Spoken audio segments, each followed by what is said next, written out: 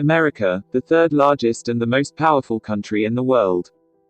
America, famously known as the World Police, and their actions prove this title.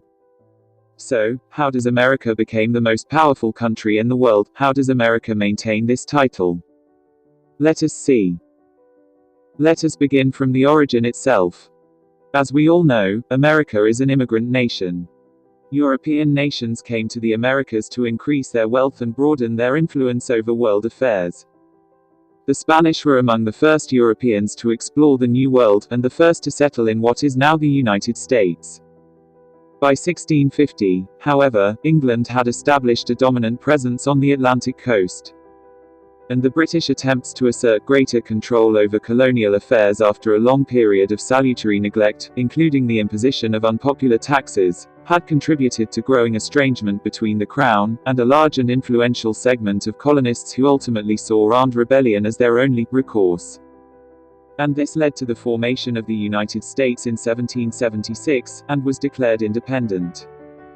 After the 1861 Civil War in America during the global equilibrium period, the major war that helped America in gaining popularity and respect was the War of 1898.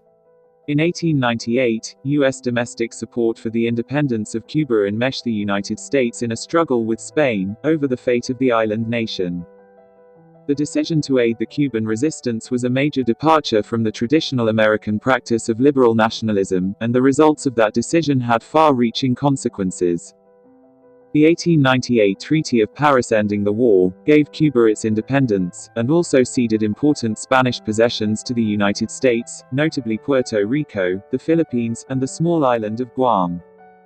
The United States was suddenly a colonial power with overseas dependencies.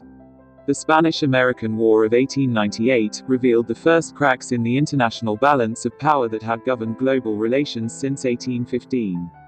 The United States entered the 20th century as an emerging superpower, and adopted new foreign policies and professional diplomatic practices to suit its role.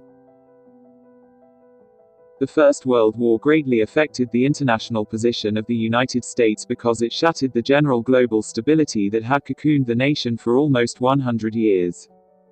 When war broke out in 1914 between the Allied powers, Great Britain, France, Russia, Japan, and later Italy, and the Central Powers, Germany, Austria-Hungary, and Turkey, the United States announced a policy of strict neutrality in keeping with tradition.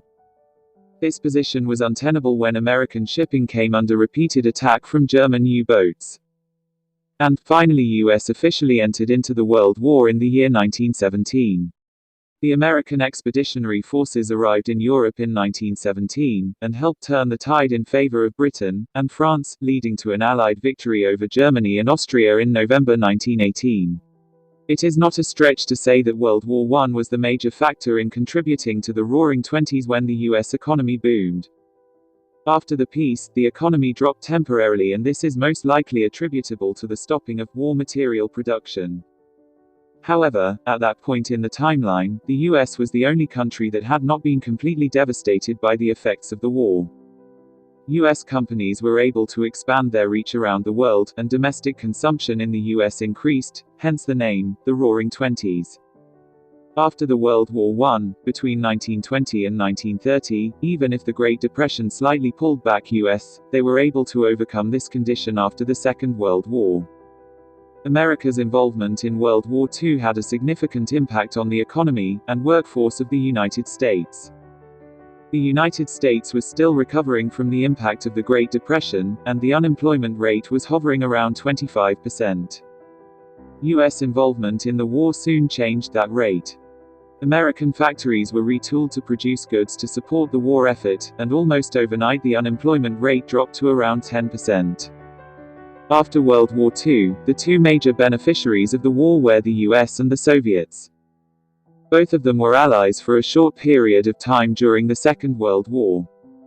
However, the relationship between the two nations was a tense one. Americans had long been wary of Soviet communism, and concerned about Russian leader Joseph Stalin's tyrannical rule of his own country.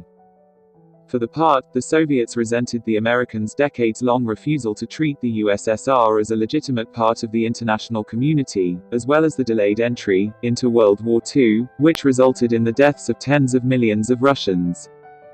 After the war ended, these grievances ripened into an overwhelming sense of mutual distrust and enmity. Post-war Soviet expansionism in Eastern Europe fueled many Americans' fears of a Russian plan to control the world. So, at that time, it was like a competition between only two superpower countries. Whoever be the winner will be the ultimate superpower to exist over the world. And finally, the collapse of the Soviet Union in 1991 led to the crowning of US as the ultimate superpower. Today, with the help of industrialization, America has got most number of multinational companies in the world. As the economy grows, military spendings can be raised, proper innovations can be brought. With the help of this modern military techniques, the US is able to control and influence any other country that stands against them. So, at present, America is a true superpower. Hope you enjoyed the video. Please don't forget to subscribe and press the bell button.